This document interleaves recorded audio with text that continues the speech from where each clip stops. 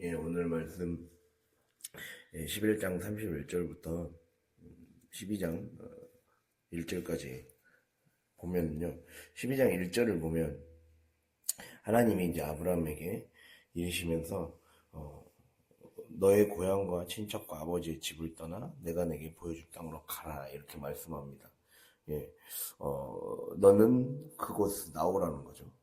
고향과 친척과 아버지의 집에서 나오라고 말씀합니다. 고향이라는 것은 우리의 육체이자 죽음의 땅, 거기에서 나오라는 거죠. 그리고 친척은 내 안에, 친척은 우리 안에 있는 타고난 악습, 죄의 습관, 그걸로 인해 우리가 성장을 가로막는 우리 안의 죄의 습관, 여기에서 나오라는 의미입니다. 그리고 더 나아가서 아버지의 집이라는 것은 우리가 이 아버지의 집이라는 것은 우리가 이렇게 죄의 습관과 우리의 육신을 버리지 못하면 결국에는 우리가 그 요한복음 8장 44절 보면 너희 아비 마귀라고 표현하죠. 내가 결국에는 마귀의 종이 되고 마귀의 자녀 같은 삶을 살게 된다라고 얘기를 합니다. 그래서 우리가 8장 44절에 그 말씀이 나와 있어요. 요한복음 8장 44절에 너희는 너희 아비 마귀에게서 났으니 너희 아비의 욕심대로 너희도 행하고자 하느니라. 욕심대로 행하고자 하느니라.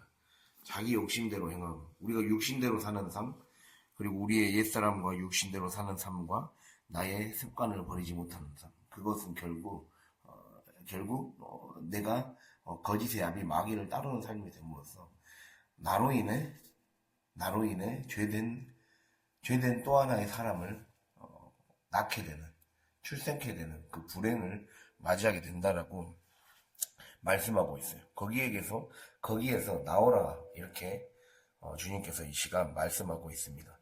그러면서 우리가 우리말에서는 우리말의 어순 때문에 생겨난 일인데 너는 가라. 그러니까 영어나 히브리어 성경에서는 너는 가라 이렇게 나와 있어요. 우리가 여기 한글 보면 너는 너의 고향과 줄 해왔고 줄 땅으로 가라 이러잖아요. 보면 이 언어 특성 때문에 너는 가라 이렇게 나와 있어요. 이게 너는 가라가 히브리어로 어떻게 나와 있냐면 너는 너를 위하여 가라 이렇게 돼 있어요. 그러니까 이게 너를 위한 거라는 거죠.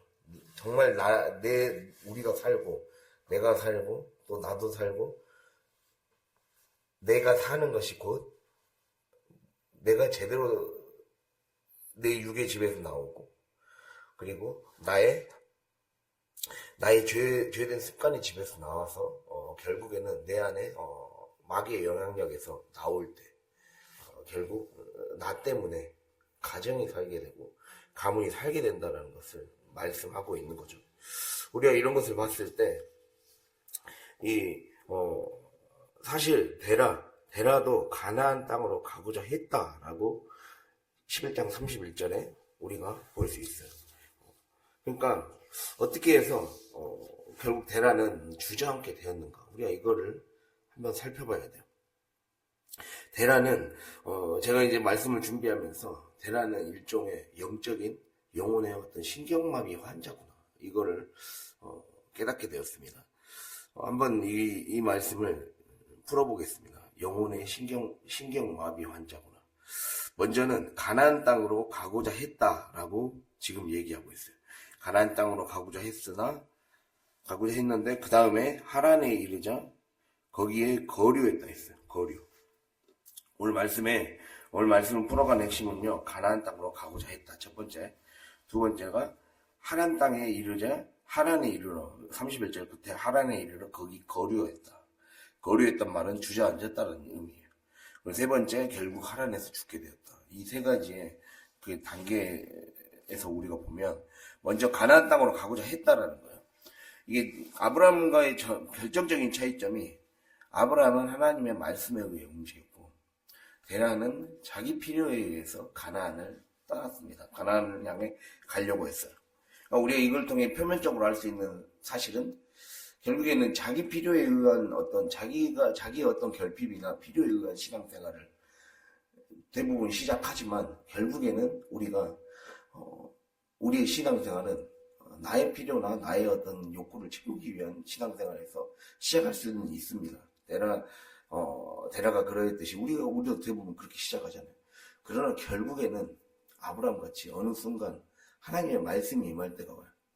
그때 그 말씀을 여전히 내 필요를 더 앞세우고 나의 육의 필요를 더 채우다가 결국 못 듣고 주저앉아 버릴 것인가, 아니면 더 그걸 깨부셔서 나의 육을 깨부셔서 더 앞으로 더 깊은 곳으로 나아갈 것인가, 그 선택의 기로가 항상 생긴다는 거예요. 우리가 그것을 기억해야 됩니다.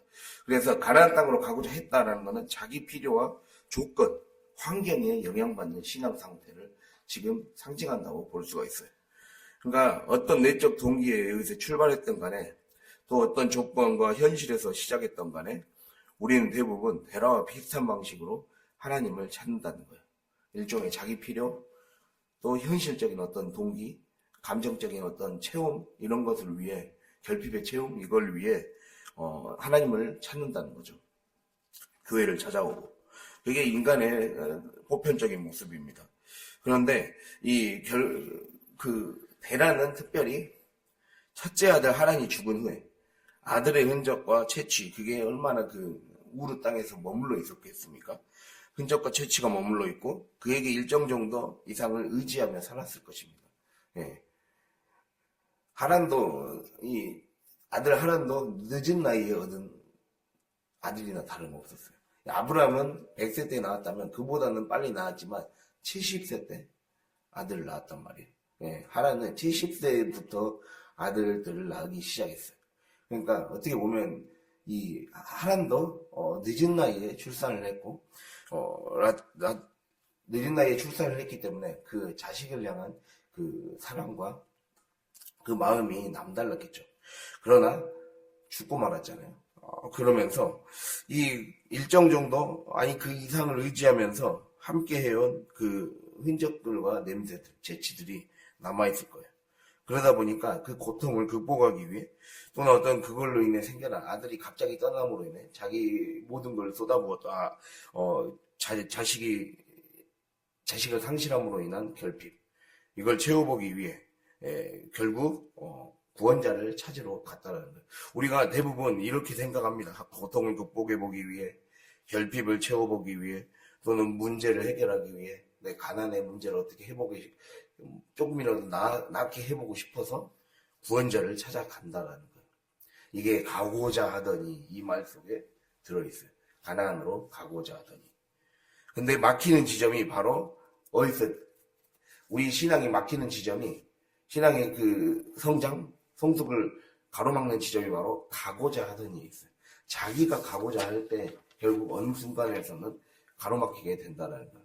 즉 자기 조건, 자기 환경, 자기 형편, 그것이죠. 어제 그 담임 목사님의 주일 새벽 설교에서 믿음의 세 가지 유형 했잖아요. 조건적인 믿음, 그것과 비슷하다고 할 수가 있습니다. 환경과 상황, 나의 필요에 따라, 그리고 내 시간대, 타이밍에 하나님을 통제하고 가두는 신앙이 조건적인 신앙이라고 했어요. 즉 내가 설정한 조건에 갇혀있는 반쪽짜리 신앙의 모습이죠. 내가 필요가 없어지고 내 생각과는 달리 무언가 가나안을 가는 것보다 그냥 하나님에 그냥 남아서 체류하는 게 나아 보이면, 이제 그때부터는 하나님을 찾는 게 뜸해지고, 하나님을 향한 마음이, 몸은 교회에 있는데 마음이 딱 그 더 이상으로 일어나지 않는 모습이 시작되게 됩니다. 예. 결국에는 모든 판단과 모든 행동의 주체 중심이 나에 있어요. 신앙의 중심이 나에 있으면 이런 일들이 발생하죠. 모든 것이 나의 몸, 나의 필요, 내가 항상 중심이 되니까 그 사람의 데라 같은 신앙의 유형은 바로 순종보다는 자기 생각과 판단이 우선이, 자기 형편과 처지가 우선이라는 거죠. 그거에 따라 애초부터 찾아왔기 때문에 그 이상을 넘어서는 순종이라는 가치를 깨달아야 되는데 그걸 모르고 결국에는 신앙생활의 주 동력, 엔진이 순종으로 움직여지는 게 아니라 자기 필요, 자기 욕구에 의해 움직여진다는 거죠. 우리가 이거를 넘어서야 된다는 거예요. 그렇게 하지 못하면 반드시 이렇게 우리를 우리를 자극하는 어떤 하란이라는 내 감각, 내 육체, 내 옛사람의 습관으로 육신의 모습으로 그리고 마귀의 역사가 일어날 수 있는 충분히 그런 가능성이 있는 곳을 통과할 때 그걸 넘어서지 못하게 되는 구간이 발생한다는 거예요. 누구에게나 이런 일들이 생깁니다. 그게 바로 하란의 영적인 의미라고 할 수가 있어요. 그렇게 하면 하란에 이르자 결국 주저앉아 버리는 것입니다. 신앙생활에 열심히 신앙생활을 했어요. 열심히 신앙생활을 하고 뭔가 더 잘해보자라고 했는데 결국 하란에 이르자 주저앉아 버리는 거죠. 그것을 얘기하고 있습니다. 고착화되어 버렸다. 이 거류하다라는 말 속에는 체류하다, 주저앉아 버리다, 고착화되다라는 뜻이 있어요. 거류하다라는 말 속에는 고착화된단 말이 어떤 행동이 이제 너무 굳어져 버린 거예요. 너무 옛 행동, 옛 사람의 모습이 굳어져 버려서 더 이상 발달이 일어나지 못하는 상태. 예. 이 심리학 용어거든요. 고착화라는 거는. 그래서 반복돼서 발달되지 못하는 상태를 의미합니다. 마치 우리가 데라의 이름 뜻이 뭐라 했습니까? 지체의 머무름이라고 그랬어요. 즉, 데라의 이름 뜻이 그러하듯이, 과거의 과거의 상처와 아픔이라는 올무에서 벗어나지 못하면 우리가 고착화되는 거예요. 성장하지 못하는 거예요. 결국 그렇게 되면 죽고 마는 거죠. 영적으로 죽게 되는 것입니다. 그래서 더 나아가지 못하고 그냥 하란에서 죽고 말죠. 즉 영적인 신경마비 증상이 일어난 것과 똑같습니다. 그것을 이겨낼 이 어떤 적극적인 노력, 하나님의 현실을 극복해보고자 하는 적극적인 노력, 영적 도약을 위한 또 영적 변화와 개혁을 위해 어떤 각성이 그 안에 일어나지 못하는 거죠. 우리 안에는 항상 영적인 각성이 일어나야 됩니다. 깨달아야 된다는 거죠. 우리의 감각이 깨어나야 돼요.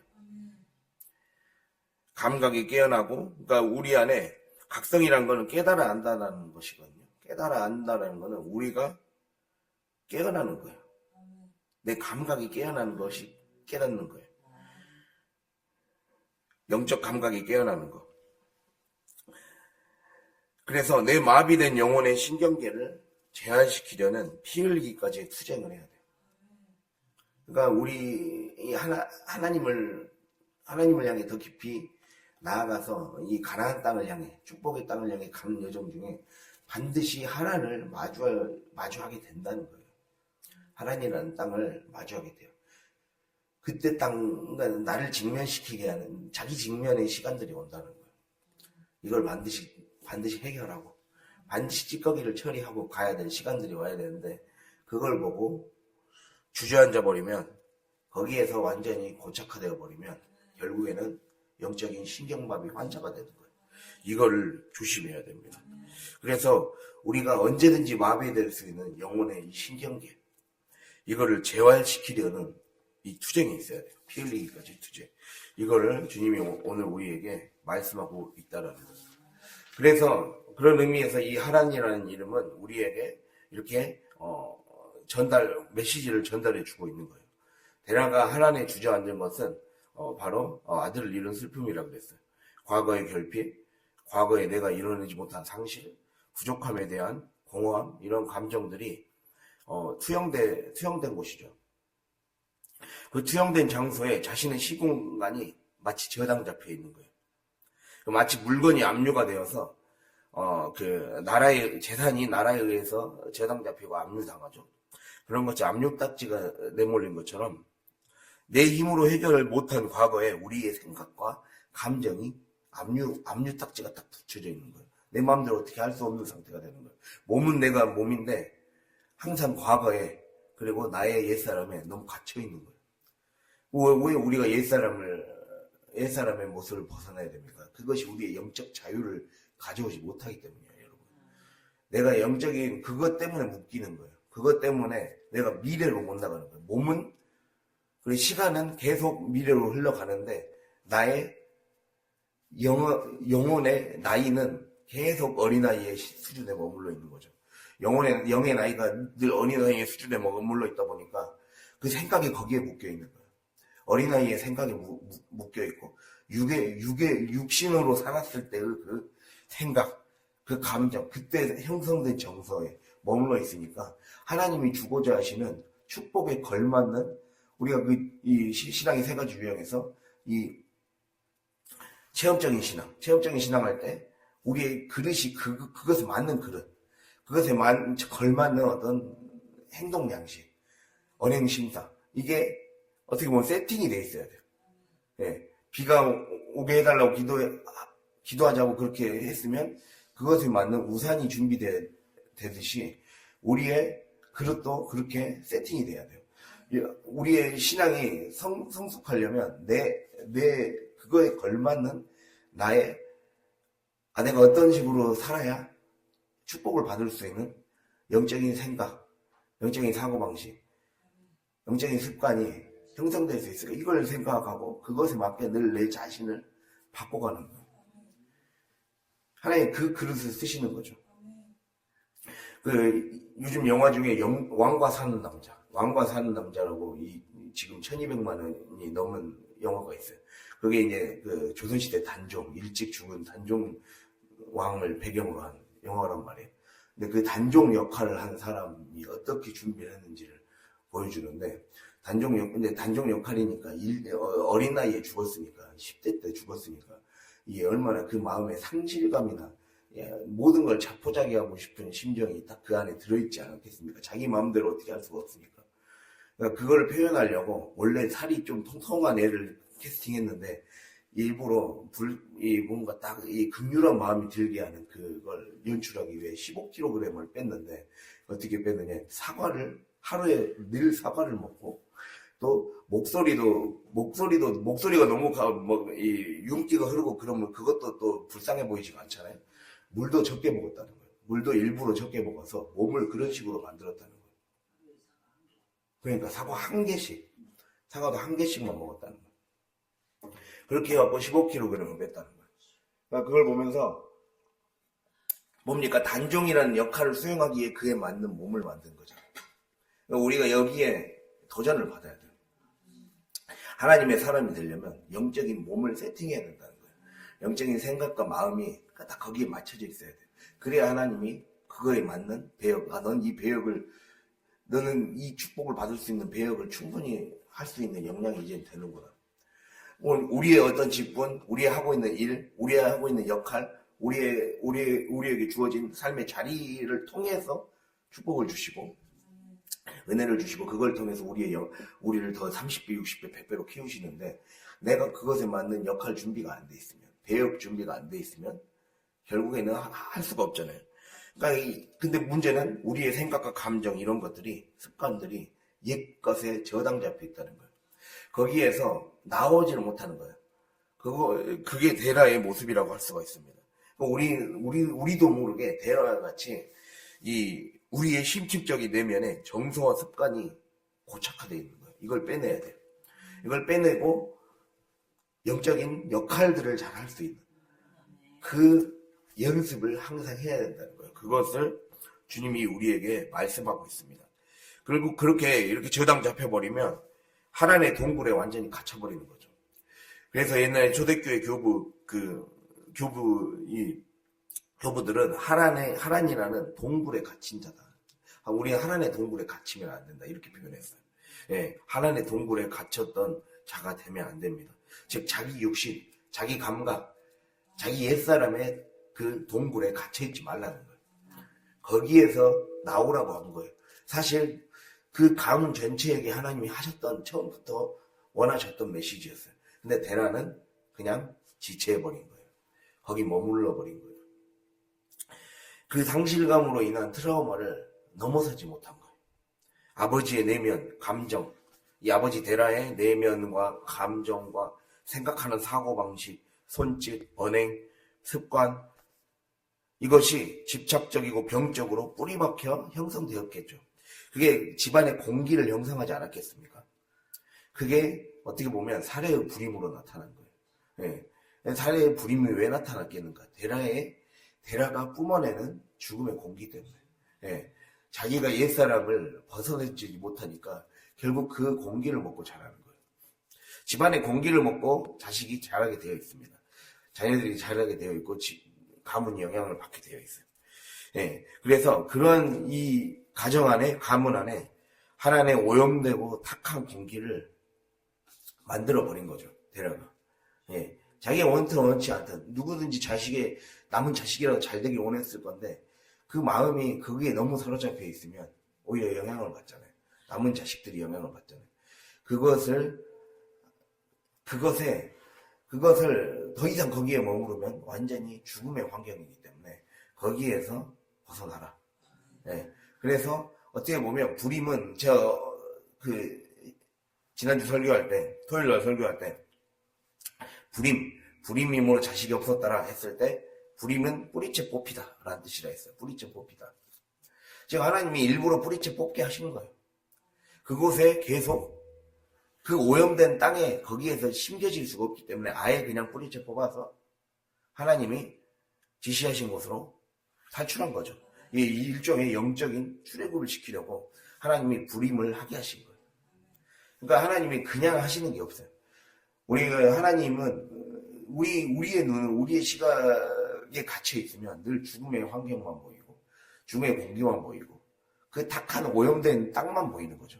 그러나 그 오염된 땅을 뒤집어 생각해서 정말 우리가 다시 정신을 차리고 깨어 하나님 앞에 나아가면 이 환경마저도 하나님이 나를 다시 내 땅을 고치시고 더 나아가서 나를 이 가나안 땅으로 인도하기 위한 하나님의 특급 조치구나 이거를 깨닫게 된다는 거죠.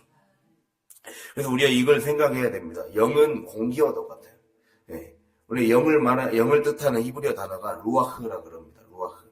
예. 바람, 공기, 숨 이런 뜻이 있어요. 바람, 공기, 숨. 영은 공기와 똑같아요. 내가 뿜어내는 공기, 우리 입김으로 뿜어내는 공기와 똑같습니다. 영은 이 공기는 가정, 공동체, 교회, 지역, 나라의 공기를 형성해내는 거예요.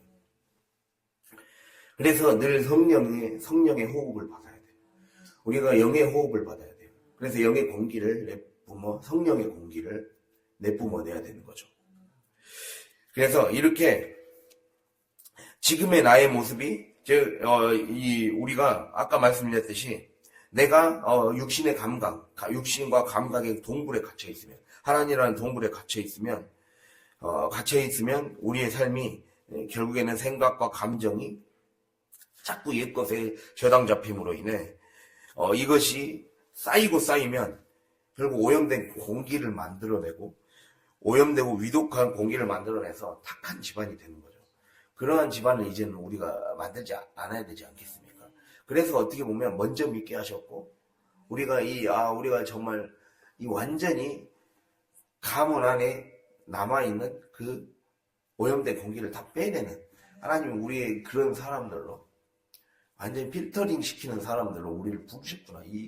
이러한 어떤 무엇인가 사명감을 가져야 된다는 거예요. 사명감을. 그래서 우리는 이 탁한 공기, 오염되고 더럽혀진 가정의 공기를 각자의 가정의 공기를 하나님의 영의 바람, 그 성령의 바람이라는 지속적인 필터 교환이 가능한 공기청정이 늘 이루어질 수 있는 그러한 가정으로 바꾸게 하시려고 어떻게 보면 우리를 영적인 아브람으로 여기시며 먼저 나오게 하신 거예요. 먼저 우리를 각성시키게 하셔서 나오게 하신 거죠. 그러니까 우리가 각자 가정에 대해서, 여러분의 가정에 대해서, 여러분이 맡은 현장에 대해서 책임감을 가지고 내가 살려내서 내가 늘 성령으로 깨어 있어서 이 가문이 더 이상은 저주 안에 머물지 않고 축복을 천대까지 생산해낼 수 있는 그 가문으로 내가 바꾸겠다. 이러한 무엇입니까? 그 사명감을 가지고 살아갈 수 있기를 간절히 바랍니다. 그래서 이렇게 될 때, 그렇게 함으로 인해 우리가 가시덤불로 이루어졌던 죽음의 땅을 이제는 바꿔야 됩니다. 그래서 과거에 머물면 안 돼요. 오히려 과거에서 우리는 구원받을 길을 찾아야 돼요. 예. 발터 베냐민이라는 독일의 유대인 철학자가 있어요. 그 철학자는 메시아는 구원자는 현재나 미래에서 오는 게 아니라 과거에서 온다 그랬어요. 지금 내 과거를 해방시켜야 된다는 거예요. 내 과거. 내가 과거에 묶여 있으면 메시아가 오지 않는다는 거예요. 내가 아무리 구원을 찾고, 내가 아무리 가나안 땅을 희망하고, 내가 아무리 축복받기를 바라고, 천국을 오기를 바란다고 한들, 내가 과거에 갇혀 있으면, 내가 옛것에 갇혀 있으면 결국 우리를 구원으로 인도해 줄 수 없다는 거예요. 내가 그거에 눈이 사로잡혀 있고 내 몸이 안증뱅이처럼 주저앉아 버리고 있는데, 데라라는 말의 이름처럼 그냥 거기에 털썩 주저앉아서 고착화되어 버린 사람에게 어떻게 갈 수 있겠습니까? 미래를 향해 오시는, 미래에서 오시는 그리스도를 맞이할 수 있겠습니까? 그걸 맞이할 수 없다는 거예요. 그렇게 되면 영혼의 식용마비 환자가 되는 거예요. 제가 우리 이걸 스스로에게 그래서 질문해 봐야 돼요. 내 영혼은 신경이 혹시 죽어 있거나 근육이 심각한 근손실이 진행되어 가고 있지는 않은가? 신경마비 환자이지 않은가? 신경마비. 마비라는 거는, 이 마비라는 말을 국어사전에 찾아보면요, 신경이나 근육이 형태의 변화 없이 기능을 잃어버린 일, 이렇게 정의되어 있어요. 신경이나 근육이 형태의 변화 없이 기능을 잃어버린 일. 즉 우리의 신경은요, 영혼의 신경은 날마다 신경세포가 활성화되고 더 자라나야 돼요. 신경이나 근육이 형태의 변화를 일으켜야 돼요, 사실은. 즉 근육이 건강해지고 더 커져야 되죠. 그래서 기능을 잃어버리면 안 돼요. 기능이 더 활성화돼야 돼요. 예.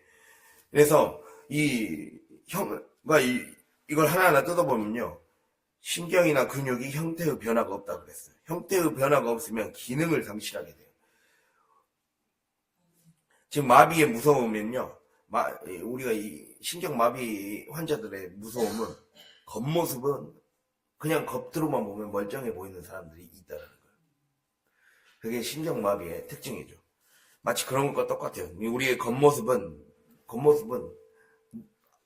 식별이 안 될 수 있는데, 결국에는 그 안에 기능이 상실되었다는 것을 알 수가 있어요.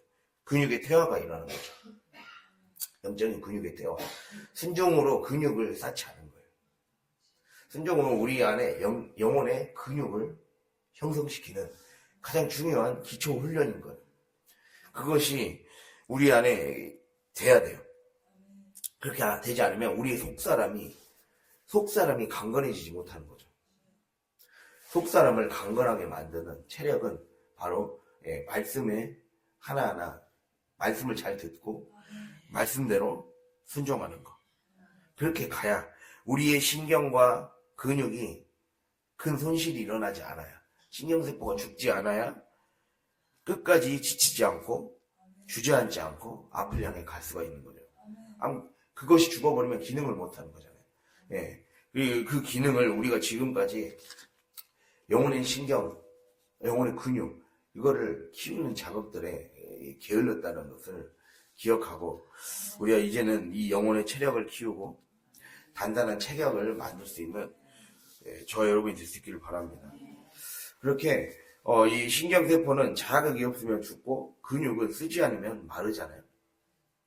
그런 것처럼 순종의 근육을 매일 꾸준한 운동처럼 해야 커지고 튼튼해진다는 거예요. 그래서 영혼의 신경세포가 죽는 과정은 마치 우리의 영혼의 신경세포는 어떻게 할 때 죽는가? 내가 일상에서 자꾸 지체할 때, 자꾸 그냥 그 자리에 머무르려 할 때, 현상 유지만 하려고 할 때, 이때 신경세포가 죽는다는 거예요. 작은 지체와 일상의 작은 지체, 미루기, 이게 우리의 영혼의 신경세포를 서서히 죽여가는 행동이라는 거예요. 내일 하자, 조금만 더 쉬었다 가자, 어차피 가다가 넘어진 거 그냥 좀 더 쉬고 싶다, 이런 식으로 우리의 그 일상의 작은 정체, 머무름, 주저앉음, 이것이 위험하다는 거예요. 예, 그 생각이 계속 반복될 때, 그 생각을 이 고착화라는 거는 한 번 반복된 유괴 습관이 그것을 거기에서 고착 완전히 딱 고정되어 버리는 거거든요. 고정되어 버리게 만들면 안 돼요. 우리 사람은 계속해서 움직임으로써 계속 앞을 향해 나아감으로써 우리의 최종 목표는 우리 하나님이 그랬잖아요. 하나님이 우리를 지으실 때 하나님의 형상과 모양대로 만드셨다 했어요. 형상은 우리 안에 심어준 잃어버린 하나님을 향한 하나님을 닮아가야 될 모습이에요. 예, 그 모습. 그리고 우리가 모양이라는 거는 우리가 최종적으로 지향해야 될 그리스도를 닮아가는 거. 그 모양을 이뤄내야 돼요. 그게 우리의 삶의 목적지죠. 그래서 움직여야 돼요. 부지런히 움직이고 그 움직임이 계속해서 육으로 퇴보하려는 생각을 움직여서 영으로 끌고 가서 아까 단종 연기를 해냈던 그 사람처럼 우리가 그에 맞는 배역을 할 수 있는 역량을 키우고 근육을 키우고 그 순종을 해서 내가 축복을 받고 흘려보내줄 수 있는 그러한 큰 그릇이 될 수 있도록 단단한 그런 도구가 될 수 있도록 만들어야 된다는 거예요. 그렇게 하지 않고 자꾸 내일 하자 미루자 자꾸 이런 미rum이 계속되고 자꾸 정체를 만들어버리면 아무것도 일어나지 않는다는 거예요. 오히려 죽는다는 거예요. 하란에서 주저앉아버리고 하란에서 죽고 맙니다. 우리가 이러한 삶을 살지 않기를 바랍니다. 그래서 가나안이라는 그렇게 이러한 고착화된 나쁜 생각이 반복될 때 결국 가나안이라는 목적지를 향해 뻗은 영혼의 신경망이 차단되는 거예요. 차단됨으로 인해 신경마비가 일어나는 거죠. 그렇게 되면 감각이 소실되기 시작해요. 감각이 손실되기 시작하면서 그러니까 마비는 결론적으로 어떻게 됩니까? 아픔조차 느끼지 못하게 되잖아요. 이게 아픔이고 이게 죽어가고 있는 것인지도 모르게 되는 게 마비의 특징이지 않습니까? 그런 것처럼 이 죽음의 전염병이 데라의 가문을 덮치고 있었어요. 사실 그 신호를 읽어냈어야 됐어요. 충분히 사례의 불임 속에서 읽어냈어야 됐어요. 그 다음으로 대를 이어야 될 지금 아브라함마저도 위기를 맞이했는데 거기에서 자기가 왜 이런 일이 생겼는가에 대해서 더 물어보지 않고 그냥 편한 자리, 그냥 익숙한 자리, 나에게 익숙한 자리, 내 육신이 익숙하고 편한 자리에만 그냥 지체하고 머물러 버렸다는 거예요. 결국 그렇게 함으로 인해 데라는 하란에 머무는 것이 이렇게 죽음의 공기를 마시고 또 죽음의 공기를 내뿜는 일이라는 사실을 자각하지 못했다는 거예요. 우리도 충분히 그럴 수가 있습니다. 내가 절대 익숙함의 자리에만 머물러 있으면 안 됩니다. 익숙함의 자리에 머물러 있지 않고 영적인 출애굽을 꼭 해야 돼요. 영적인 출애굽을 해서 자꾸 애굽의 고기나 애굽의 음식을 먹으려고 하지 않고 하나님이 주시는 만나, 추라기를 먹는 훈련, 그것으로 나의 영적인 근육을 키우고 영양소를 키우는 훈련을 잘 해낼 수 있는 저와 여러분이 될 수 있기를 바랍니다. 이렇게 영적 신경이 죽었기에 하나님의 부르심이 들려도 반응할 수 없는 감각의 무뎌짐. 이게 그 가문의 공기를 형성해 버린 거예요. 내가 자꾸 무뎌진 감각으로, 영적 감각으로 살아가면 그것이 또 하나의 무거운 공기를 형성하게 돼서 가정이 벗어나지 못하게 됩니다. 이거를 우리가 깨부숴야 된다는 거예요. 그래서 하나님이 거기에서 다시 아브람만은 그렇게 하게 만들 수는 없다. 그래서 결국 아브람을 너는 너를 위해서 가야 된다. 너가 다시 가문을 살려라. 그렇게 하신 거죠. 그래서 아브람이 믿음의 조상으로 그 믿음의 수많은 테스트들을 통과하고 나서야 결국 이삭, 자기 아들을 통해서 아들의 결혼을 통해서 다시 죽어가던 가문을 다시 살려놓죠.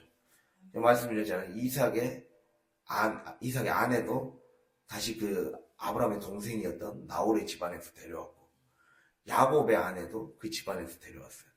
그렇게 함으로 인해 결국 그 가문을 다시 구원의 길로 인도할 수 있었어요. 그러니까 진짜 우리 안에 이러한 내가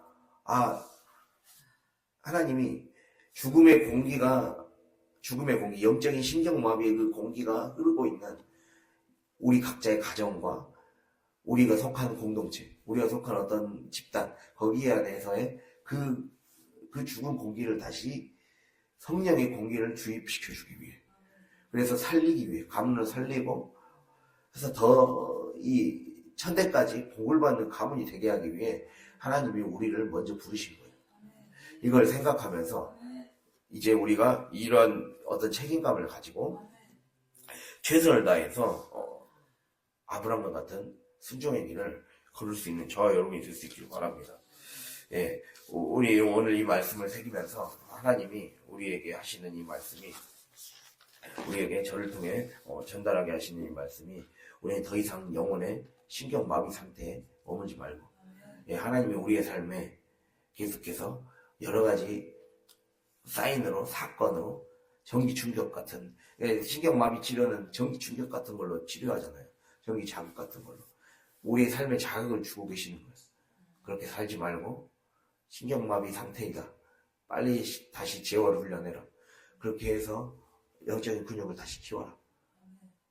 지금 그곳에서 나와서 하나하나 나와 함께 순종의 길을 걸어가서 믿음의 뼈대에 있는 가문을 너를 통해 만들어내라. 주님이 그렇게 말씀하십니다. 그 말씀에 아멘으로 화답해서 복받고 복주는 저와 여러분이 될 수 있기를 간절히 바랍니다. 예, 기도하겠습니다.